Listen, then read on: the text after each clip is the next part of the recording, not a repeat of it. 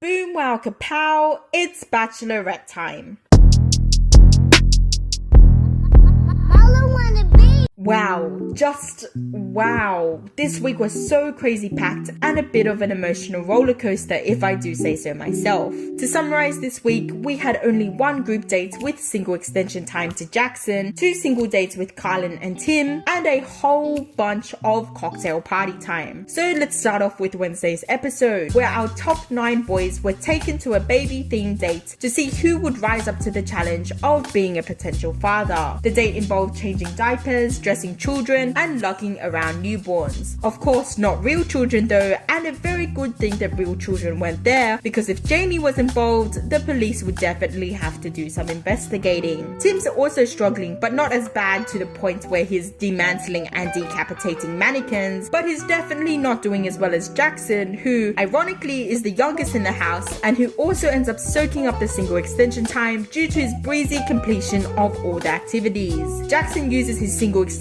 time to hammer in how he wants to replicate his upbringing with his own children, really pushing home his family values. Him and Angie joke about banning football for a bit, chucking about that banter, but end off the date with some really swell world talk. At first it seems as though Angie wasn't as invested in the date as Jackson was, as she wasn't really contributing to the conversation, nor was she giving any body language cues that she was interested, like her legs were crossed, etc. But my intuition was a bit wrong, because by the end of the date, Jackson had done enough to earn himself a big smoochie. Next, we had a single date with Carlin, which would make this his second single date after he was given the 24-hour rose. Quick recap about Carlin. The classic good guy, polite, sweet, charming, married, enthusiastic. Oh yep, he's still married. Anyways, making good use of their speedboat rental, the producers sent Carlin in with the speedboat they used in Kieran's previous single date. Carlin gets there and they share a bit of a walk around before making a pit stop where Angie rubbed a whole bunch of sunscreen on him. Fair. We are then transported back to the mansion for a bit, where Jamie's chucking a big sook where, because he wasn't taken on the dates, Carlin is now the most ingenuine person to ever exist. Everyone's tiring a bit of Jamie's constant crazy rambling, but it doesn't make it any better when Jamie's face looks like it's never contorted into any emotion before in his life, not even a smile. Crazy eyes don't count. And he talks like this, like a literal serial killer. Anyways, we shoot back to Carlin's date, and the two of them are now sitting by the water, enjoying a lovely chat and a picnic.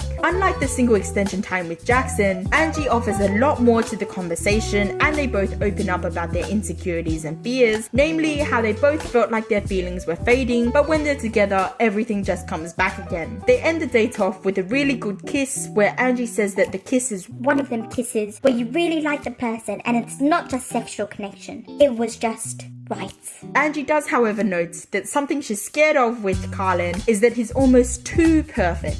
We then fling to the cocktail party, where Jamie is convinced that he will be the savior of Angie's heart and asks her to go have a chat. He sits down and says, "The boys are gonna wish I got sent home last week." "Yeah, they're not the only ones, Jamie." And, "Well, you asked me to snitch, so I'm a snitch." To which Angie's like, "I only asked you to snitch because you kept bringing it up." And Jamie, like the broken record that he is, says, "Well, you asked me to snitch, so I'm a snitch." "Okay, Jamie." Jamie decides to summon up all the boys he has and immediately snitches literally the 3 most genuine people in the house as the most ingenuine, going as far as to say that Carlin is only there to be the Bachelor 2020, which, first of all, someone has to check their facts, as Australia hasn't done in-cast Bachelor casting for a couple of seasons now, so I doubt they'll start off with the most boring but sweetest character on the show. Anyways, this understandably throws Angie into a ruckus. She's very upset and immediately goes to confront Carlin. Carlin says, "It's not true." Angie doesn't know who to trust, so she goes to Tim. This was really sweet, and as we will see, Tim really is the first person she turns to. Tim backs up Carlin and says he's never heard Carlin say what was claimed of him. Angie goes back to Carlin. Carlin says, "I told you so."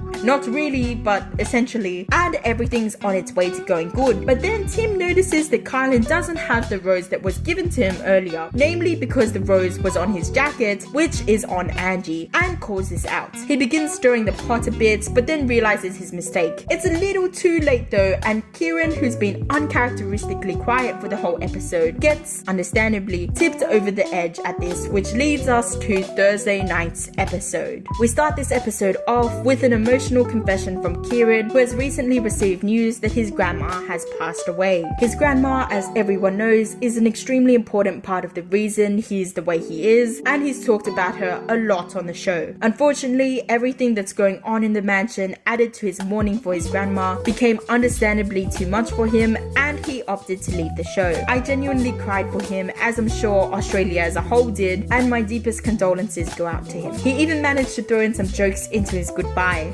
Kieran's just such an amazing man, and I wish him the best in his endeavors. Kieran for Bachelor 2020. We are then fast forwarded to the next morning, where the house is in a bit of a funk after Kieran's shock departure the night before. Tim's able to cut it off with a bit of a joke about how now all of the frontrunners are being eliminated left, right and center. He'll pull a Stephen Bradbury and take the win. It's due to Tim's ability to cut the tension and his ability to put a smile on Angie's face that scores him the single date. Unfortunately, it's also due to that ability that Tim's feeling a bit of pressure, knowing that he'll have to make Angie feel more comfortable and happy given that she's felt a bit rough in the recent weeks. The single date is fancy inspired, and the two dress up to have a nice fancy car ride and a fancy serving of caviar. Throughout the date, the pressure is really getting to Tim, who knows he needs to break the silence but doesn't know how to when he's forced to, so the two sit in the car and at the table in extremely awkward silence, which causes Angie to think that Tim is off her, which definitely is not the case. However, they're able to clear everything up during the evening section of the date, where the two take a romantic shared milk bath together. They end the date off with both of them explaining how they were feeling throughout the emotional roller coaster of the date and a bit of a smoochie. Then we have our final cocktail ceremony of the week.